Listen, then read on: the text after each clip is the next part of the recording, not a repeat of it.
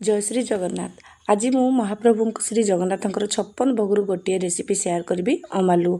आगक तो रथ यात्रा आसूची आपण मैंने एमती सहज उपाय यही महाप्रसाद को करी प्रभु पाखे भोग लगे पारे। बनैबार प्रोसेस बहुत सहज आ बहुत कम समय हो जाता है। निश्चय एथर यही प्रकार भोग करी महाप्रभु पाखे लगातु आसे भिडटी पूरा देखु। जदि आज भिड आपण मन पसंद आसे तो प्लीज लाइक शेयर करेंगे और चैनल को सब्सक्राइब करने। फेसबुक पेज रे देखते निश्चित भाव में फॉलो करने। नमस्कार, आपण समस्त को स्वागत जनाऊँ मो चैनल जुलिस किचन को। ताहले स्टार्ट करने पूर्वर यहाँ मोर गोटे छोट प्रयास प्रभुकर यही भोग बनवाई जदि किसी भूल थो ताहले क्षमा करदे। एबे कौन करवा ना प्रथमे मसलाटा करदे। एमती गोटे हेमदस्ता ना गोटे छोट चमच आम पान मधुरी ने हाफ छोट चमच आम ये गोलमरीच ने आउ बड़ अलैचर मंजी को ने। बड़ अलैच पूरा देवानी हार्ड हो खाली मंजी को ने। आ गुजराती तो प्रभुकर भोगरे लगे से आम गुजराती देवानी बड़ अलैचर मंजी को देकी आम एमती कुटिबा बा हेमदस्तार एमती छेचिकी गुंड करदे।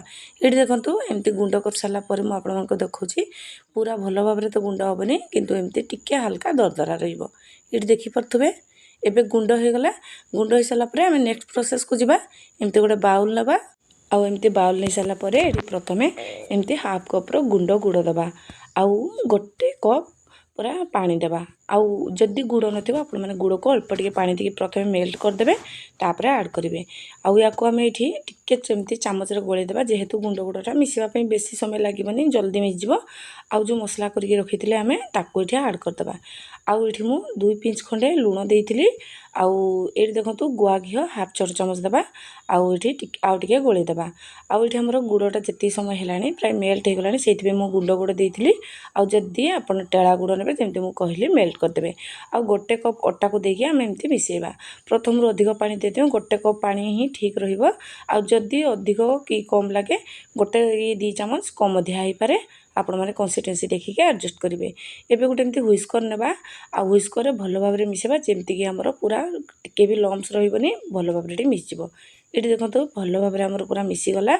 आउ देखो कंसिस्टेंसी मुझे देखो एमती रहिबो। याठू अधिक पतला बा पूरा ये बहलिया करबिनी। ये टिके हल्का पतला रहिबो। ये देखो डंकीर पछपटी मुझे आपको देखी दूची ये टाइप्र।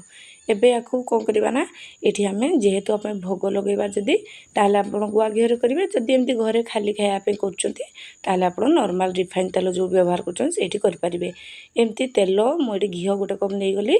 आउ घी गरम हो सारा आम एमती गोटे डंकी स्पून बा गोटे डंकी आम एमती पिठो गोटे जगह ही एमती ऐड करवा।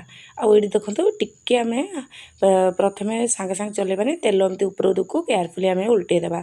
आउ ये फ्लेम को आम मीडियम टू लो रखि पूरा हाई करदेवेनी। आ जेहेतु घी देइचंती बेसी घी को गरम करबे नहले पोड़ीजिवो। आउ ये देखो पिठा हेटी गोटे पिठा प्राय हो गलानी आम या ओल्हे देवा। ये पिठा को ओल्हे सारापर आउ गोटे भी आपको देखुची जदि घी बा आपंकर तेल बहुत गरम हो हल्का पूरा सीम करदे।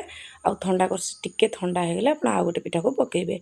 ये देखो आउ गोटे पिठा भी मुझे देदी ताकू भी एमती केयरफुली देदेबा। फ्लेम को ये मीडियम रखी आमती हो गले बहुत जल्दी हो जाए बहुत कम समय। ये देखो हो गला पिठा को केयरफुली ओल्हे देबा। आउ ये एमती एक्सट्रा तेल बा घी को एमती बाहर करदेबा। ये हमर पिठा रेडी हो गला देखिले तो केते सहज उपाय आज ये पिठा रेडी हो गला। आपण मन भी एथर रथ यात्रा एमती करिकी यही महाप्रसाद को करी आपण माने प्रभु पाखे भोग लगातु। आ केमिति लागिला मो सहित शेयर करने को बिल्कुल भी भूलिबेनी। आशा करी आज भिडियोटी आपण मन को पसंद आसथिबो। भिडियो पसंद आसले भिडियो को लाइक करके जिवे। आ गोटे रेसिपी सहित पुणी आसबि ताहले आज पे रहूची। धन्यवाद।